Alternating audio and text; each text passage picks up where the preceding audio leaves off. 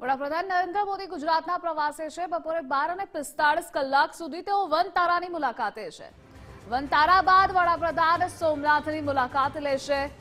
2:10 કલાકે સાસણ સિંહ સદન ખાતે તેઓ પહોંચશે, જ્યારે 2:15 કલાકે સોમનાથ મંદિરમાં પૂજા અર્ચના કરશે। સાંજે 4:05 કલાકે સાસણ ગીરની મુલાકાતે જશે। સિંહ સદન ખાતે ઉચ્ચ અધિકારીઓ સાથે બેઠક છે। વડાપ્રધાન મોદી સાસણ ખાતે રાત્રિ રોકાણ કરવાના છે। અને આ મુદ્દે સંવાદદાતા રહીમ જોડાયેલા છે। રહીમ, વતનમાં વડાપ્રધાન છે, આજના દિવસના તેમના કાર્યક્રમો જણાવશો।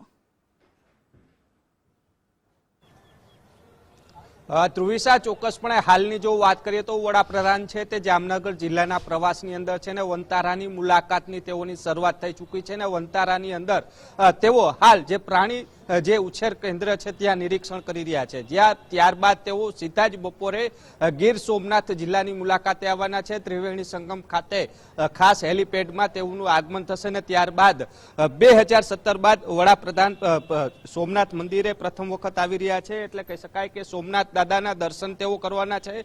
વડાપ્રધાન માટે થઈને ખાસ જે પૂજા અર્ચના અને આરતીનો કાર્યક્રમ છે તે ગોઠવવામાં આવ્યો છે ને ત્યારબાદ તેઓ જે સોમનાથ ટ્રસ્ટની જે બેઠક છે તેમાં તેઓ ભાગ લેવાના છે। સોમનાથ ટ્રસ્ટના જો વાત કરવામાં આવે તો વડાપ્રધાન છે તે ચેરમેન છે। ટ્રસ્ટીઓ સાથે જે હજી પણ સોમનાથ મહાદેવના જે વિકાસ માટેના કાર્યોને લઈને તેઓની ચર્ચા છે તે ટ્રસ્ટીઓ સાથે કરવાના છે। વિકાસ કાર્યોની વાતો છે તે થવાની છે ને આગામી સમયમાં હજી પણ સોમનાથને કયા સ્ટેજ ઉપર વિકાસ કરી શકાય તેને લઈને તેઓ છે તે ટ્રસ્ટીઓ સાથે બેઠક કરવાના છે। વડાપ્રધાનના પ્રવેશને આગમનને લઈને જે રીતના દ્રશ્યો જોઈ શકાય છે, પોલીસનો કાફલો છે તે પણ તૈનાત કરી દેવામાં આવ્યો છે। સોમનાથ મંદિરની આસપાસ જે રીતના સતત પેટ્રોલિંગ કરતા જે પોલીસના જવાનો છે તે પણ જોવા મળી રહ્યા છે, એટલે કહી શકાય કે હાલ સોમનાથ મંદિર ખાતે થઈ ને તમામ વ્યવસ્થા છે તે કરી લેવામાં આવી છે।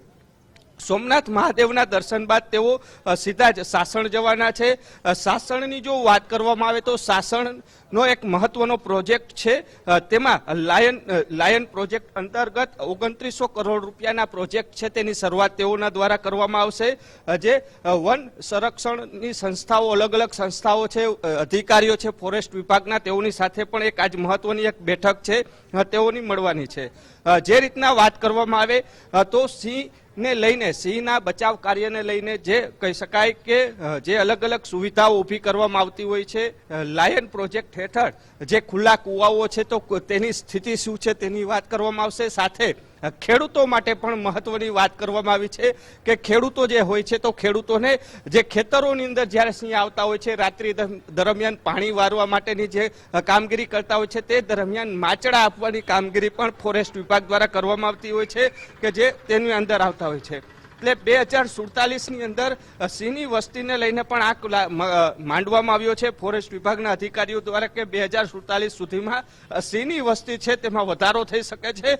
2500 જેટલા સિંહની અંદાજે છે તે કહી શકાય ને સાથે જે લાયન પ્રોજેક્ટ છે તેને લઈને જે અધિકારીઓ સાથે ચર્ચા કરવાના છે, એટલે કહી શકાય કે બપોરના સમયે વડાપ્રધાન છે તેમનું સોમનાથ ખાતે આગમન થવાનું છે। ખાસ આરતી અને જે પૂજા અર્ચના છે તે સોમનાથ દાદાના કરવાના છે ને ત્યારબાદ તેઓ સાસણ જવાના છે, એટલે કહી શકાય કે હાલ તમામ આખરી ઓપ તૈયારીઓ છે તે કરી લેવામાં આવી છે। સોમનાથ ખાતે સોમનાથ છે તેમના આગમન માટે થઈ અલગ અલગ બેનરો પણ લગાવવામાં આવ્યા છે, એટલે કહી શકાય કે બપોરના સમયે વડાપ્રધાન જામનગરથી સીધા જ જે સોમનાથ દાદાના દર્શન માટે આવવાના છે ને ત્યાં તેઓના આગમનની તમામ તૈયારીઓ છે તે વહીવટી તંત્ર અને સ્થાનિક નેતાઓ દ્વારા છે તે કરી લેવામાં આવી છે। ધ્રુવિશા, જી રહીમ, જોડાવા બદલ આભાર આપનો।